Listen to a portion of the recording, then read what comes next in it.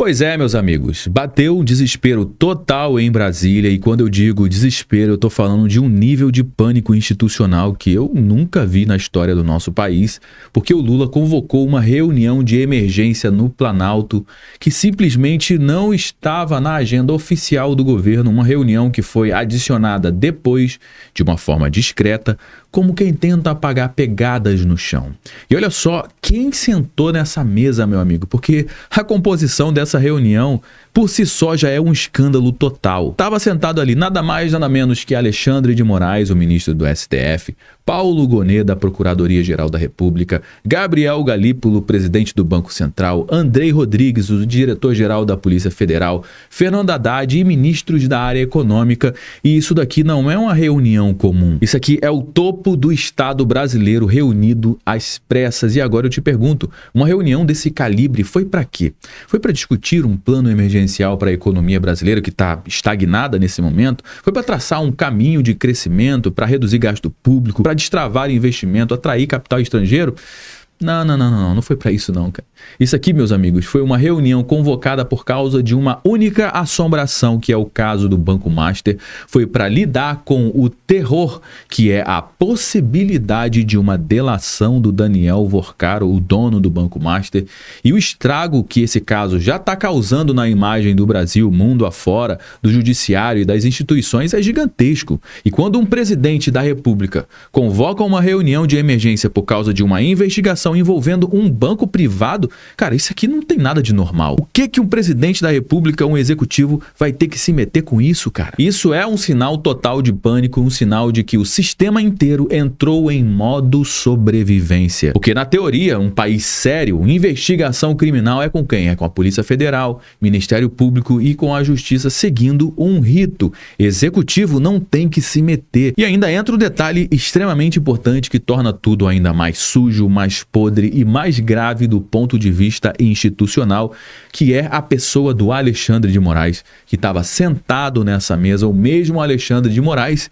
cuja sua esposa tinha um contrato de 129 milhões de reais com empresas ligadas ao Banco Master. Esse cara deveria estar totalmente impedido de participar de uma reunião como essa. Ele deveria, no mínimo, se afastar de qualquer tema relacionado a esse caso.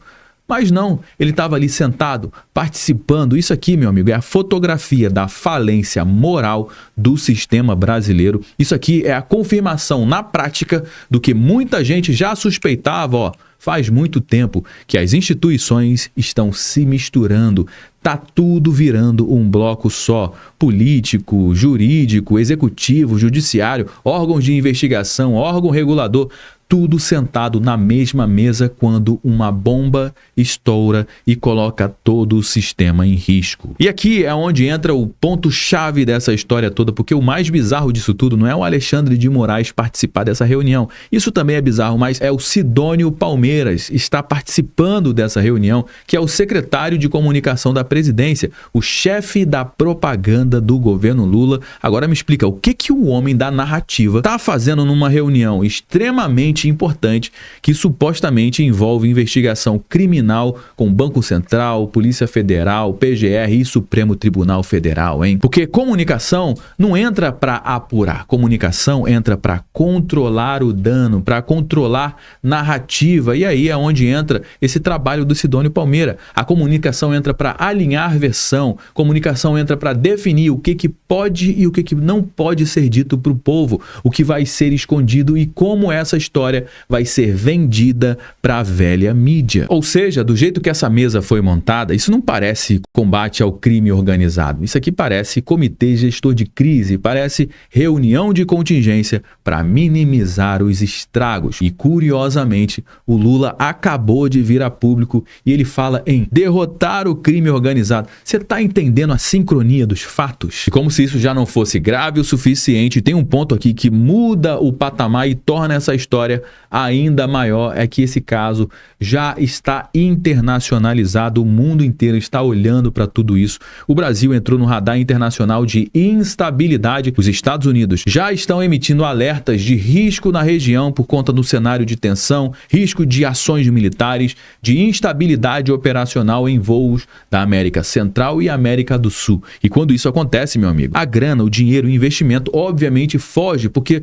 o dinheiro não gosta de país bonitinho, o dinheiro gosta de país previsível. Quem é que vai querer investir num país onde o ministro do STF tem conflito evidente, onde o Banco Central ficou anos olhando as contas do Banco Master e não viu absolutamente nada e agora está correndo atrás do prejuízo, onde a regra do jogo muda conforme quem é que está envolvido no caso? O recado para o investidor internacional é devastador. O Brasil não tem estabilidade jurídica, o país não tem segurança institucional. O Brasil virou um lugar onde o escândalo ele não é tratado com transparência. Escândalo é tratado com reunião, as portas fechadas, com narrativa e com autoproteção. Quem é maluco de investir em um país como esse, onde as organizações criminosas tomam conta e não são punidas, hein? Então fica comigo até o final, porque hoje eu vou te mostrar o que realmente aconteceu nessa reunião e porque isso, cara, é um marco histórico de erosão institucional. Eu também vou te mostrar o recado que essa história manda para o mundo e porque esse escândalo do Banco Master já está arruinando os planos econômicos do governo, independentemente do desfecho. Porque uma coisa é certa, cara, essa história, ela não acabou, na realidade ela só está começando e as próximas provas podem derrubar muita gente grande. Bom, meus amigos, o Lula reúne Moraes, Gonê, PF e Galípolo em meio à crise do Banco Master. Pois é, eles fizeram essa reunião aí às pressas para falar sobre essa crise do Master, mas cara, o que o presidente tem que se meter com um problema de um banco fraudulento que foi liquidado tecnicamente pelo Banco Central? Por que o presidente da República tem que se meter nisso, hein, cara? Pois é, o presidente Luiz Inácio Lula da Silva, do PT, convocou uma grande reunião nessa quinta com diversas autoridades que têm alguma ligação com o andamento da apuração da fraude envolvendo o Banco Master, que gerou um atrito entre o Banco Central e o Supremo Tribunal Federal. Estiveram com o petista as autoridades como o ministro Alexandre de Moraes, o procurador-geral da República, o Paulo Gonê, o diretor-geral da Polícia Federal, o Andrei Rodrigues, o presidente do Banco Central, o Gabriel Galípolo, e o novo ministro da Justiça, o Wellington Lima, entre outras pessoas, outras personalidades. E depois dessa reunião, o ministro da Justiça, o Wellington Silva, falou com a imprensa após o encontro de quase 2 horas e ele negou que o Banco Master tenha sido a pauta central do encontro, mas pontuou que as autoridades trataram de uma integração da atuação dos órgãos na apuração. Olha só o que disse o ministro da Justiça. Olha, não tem nada a ver com o Banco Master, não. Abre aspas. O tema foi tratado como eixo, é uma diretriz de órgãos de Estado que não se preocupa com nenhuma particularidade específica. Por outro lado, não vai deixar de atuar contra todos aqueles que se ajustem a esse perfil. Ou seja, não tem nada a ver com o Banco Master, a gente só fez uma reunião para tratar de crime organizado. E agora a conversa dessa galera é essa daí, ó, é o Lula se reunindo com o STF, Banco Central, Polícia Federal e a Receita para debater combate ao crime organizado. Mas o que está chamando muita atenção é que o Banco Central, além de ter decretado a liquidação extrajudicial do Banco Master, decretou também a liquidação da REAG, que é uma empresa de investimento que tem suspeita de ligação com o Banco Master e o crime organizado PCC, com os celulares, com os computadores, com os documentos. Cara, o Banco Central e a Polícia Federal agora têm acesso a tudo. Por isso que o Dias Toffoli, o ministro do STF, fora de uma ação, cara, comum de um ministro de uma Suprema Corte, ele mandou travar os documentos, mandou levar tudo isso para o seu gabinete, teve pressão popular, ele cedeu e agora ele deixou na mão da PGR apurar todos os documentos aqui dessa liquidação da REAG. E o ministro Dias Toffoli, ele não deveria estar nem envolvido nessa questão. Por quê? Porque existe um conflito de interesse, porque pessoas ligadas à sua família também tá ligado a esse escândalo do Banco Master. Por exemplo, olha aqui, ó, caso Master, parentes de Vorcaro e Toffoli tiveram elo com com resort. Preste atenção nessa ligação do Daniel Vorcaro com o ministro do Supremo Tribunal Federal, Dias Toffoli. O que é uma verdadeira aberração. Em nenhum país sério do mundo isso aqui aconteceria. As histórias estão surgindo e o que o Caio vai trazer aqui pra gente é o envolvimento do cunhado do banqueiro Vorcaro, do Master, com parentes de Dias Toffoli. Conta a história, Caio. Bom, vamos lá. A gente fez uma arte aqui para explicar direitinho esse caminho das pedras, né? Justamente tem o Daniel Vorcaro, que tem o cunhado dele, Fabiano Zettel, o alvo da Polícia Federal nesta semana, Thaís Herédia.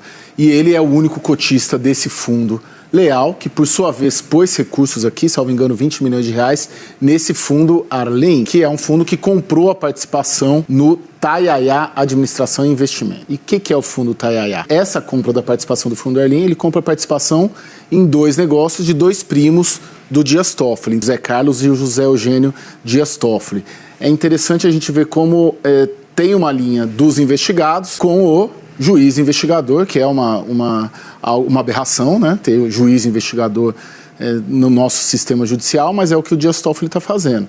Então, a partir da linha do primo do Daniel Vorcaro, alvo da Polícia Federal nessa semana, que é o único cotista de um fundo... Cunhado, né? O cunhado do Daniel Vorcaro. Que é o único cotista que pôs esse dinheiro e comprou essa participação de 2 primos do Dias Toffoli aqui nesse Tayaya, que é um resort, Tayaya Resort, que é ali no interior do Paraná. Então, de certa maneira, só isso daqui já seria suficiente para o Toffoli se declarar suspeito, né? A suspeição... Impedido de fazer. Então, o Fabiano Zettel é o único cotista de um fundo, que é o único cotista, um fundo que vai para dentro de outro fundo, e este outro fundo acaba, veja só, a setinha se encontra com uma empresa que é a empresa dona do resort da família do ministro Dias Toffoli. A gente vê onde se encontram ali recursos do Master com familiares do ministro Dias Toffoli.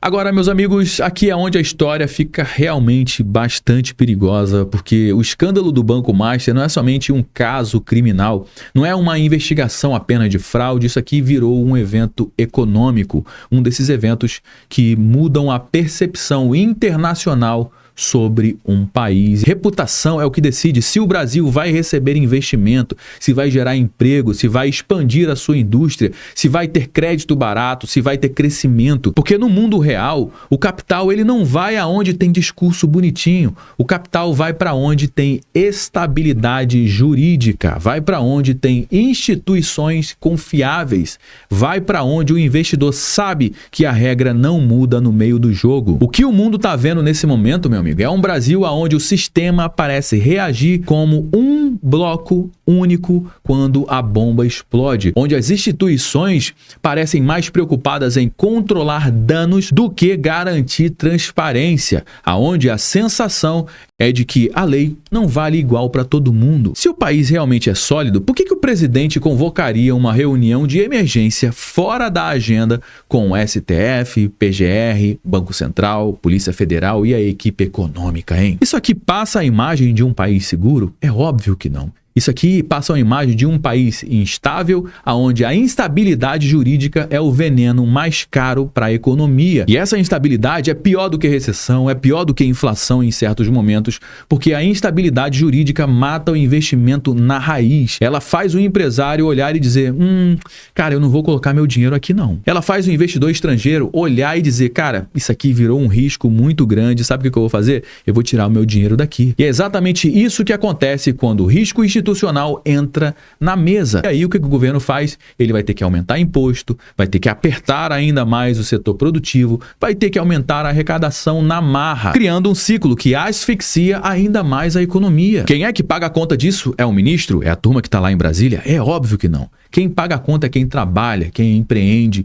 quem produz. Isso aqui está arruinando o plano do Lula e do Haddad, porque o plano deles depende de crédito, de rolagem de dívida e de confiança. Depende de vender para o mundo a ideia de que não, o Brasil voltou, de que o Brasil agora é estável, de que o Brasil é previsível. Quem é que vai investir num lugar onde existe uma rede fraudulenta que cria distorção no mercado e empurra o honesto para o prejuízo? E é esse o ponto, meu amigo. A corrupção, ela não destrói somente o dinheiro. Corrupção destrói o ambiente de competição, destrói confiança, destrói futuro. E é por isso que essa história ela é tão perigosa, porque independentemente do desfecho, de quem é que vai ser preso, quem não vai, a imagem do Brasil já está arranhada, já está na lama. E a mancha internacional não se limpa com coletiva de imprensa, com narrativa. Mancha internacional se limpa com anos de estabilidade e transparência. E o que está em jogo aqui não é mais somente o caso do Banco Master. O que está em jogo aqui, meus amigos, é o que pode aparecer quando a caixa preta abrir.